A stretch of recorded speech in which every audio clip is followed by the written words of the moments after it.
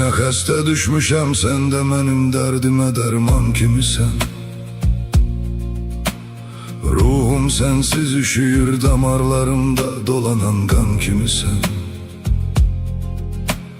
Mən səni sevməyimi günah eyləmədim, həyatımda səhv elədim. Nə arzular qaldı yarım, nə arzuları əllərimlə məhv elədim. Yadındadırmı sən idin tək nəfəs almağıma səbəbkar ürəyim. Nə məni özgələrdə ara, nə məni özgə ürəkdə axtar ürəyim. Qənim kəsildin mənə, sən qəsdimə durdun, qəti düşmənim kimi. Mən necə yandım, yanacaqsan kül olub, qəm kədər də mənim kimi.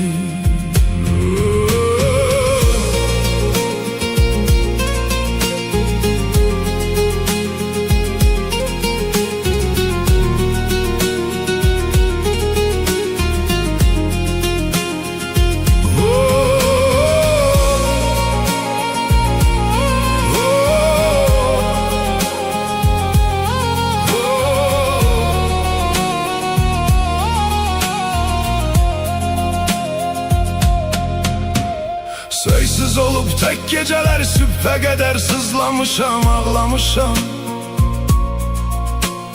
Xəyallarım kimsəsiz bir albomda şəkillərini saxlamışam. Qırdın ürəyimi dəfələrlə, mənə qıydın, sənə mən qıymamışam.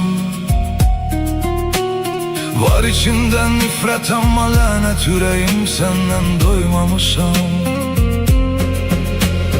Həyatdır eybi yox, nə vaxtsa gələri, üz-üzə qismət nə bilim.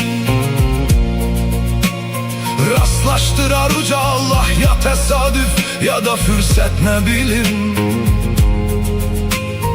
Gözlərimdəki kədəri, üzüntünü hiss eləyib baxım keçin. Göz yaşı tək yanaqlarına damla damla, narın narın axım keçin. Yadındadırmı sən idin tək nəfəs almağıma səbəbkar ürəyim. Nə məni özgələrdə ara, nə məni özgə ürəkdə axtar ürəyim. Qənim kəsildin mənə, sən qəsdimə durdun, qəti düşmənim kimi. Mən necə yandım, yanacaqsan kül olub, qəm kədər də mənim kimi.